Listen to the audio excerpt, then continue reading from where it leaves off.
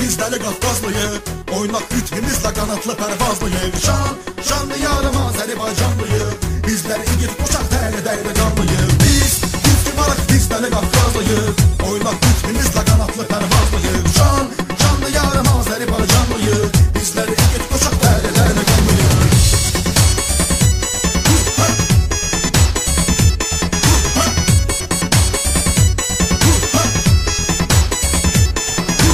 Salamlar olsun bütün Qafqazın ellərinə, eşq olsun bütün igid ərənlərinə, xalqlara, toplumlara, cəmi millətlərinə, mənsubam bu yerlərin Azəri türklərinə. Bizlər üçün yox qoru çəkərən cəsarətliyik, atılan ox kimi çelik qudurətliyik, bu odlar diyarı kimi qaynar aratlıyik, qolumuzda gücümüz biz aslan biləklik.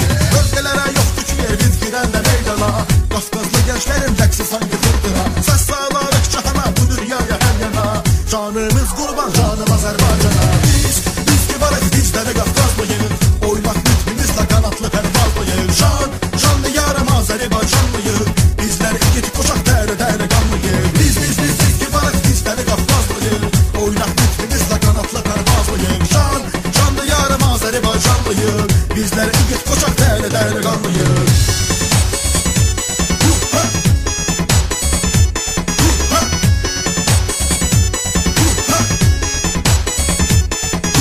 Bizlərə hər şeydən ucaq dağ duvarımız, başımızın tacıdır namusumuz ağrımız, hər işdə hər əməldə tanrı olan yarımız, daha da çiçəklənər bu şanlıdır yarımız. Canımızla bağlıyıq elə torpağa başa, üç rəngli bayrağı saçmalı hər qarışa, oy eşitsin düşmən boy başa düşsün başa, hazırlıq hər an zəfər dolu savaşa. Bölgələrə yoxdur ki yer biz girəndə meydana, Qafqazlı gençlərin rəqsi sanki fırtıra, səs sağlarıq cahana bu dünyaya hər yana, canımız qurban canım Azərbaycana. Biz ki varıq bizləri Qafqazlıyıq, oynaq ritmimizlə qanatlı pərvazlıyıq.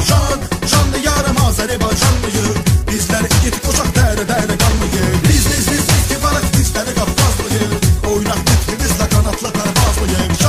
Şanlı yarım Azərbaycanlıyıq, bizlər igid qoçaq dəyri qanlıyıq.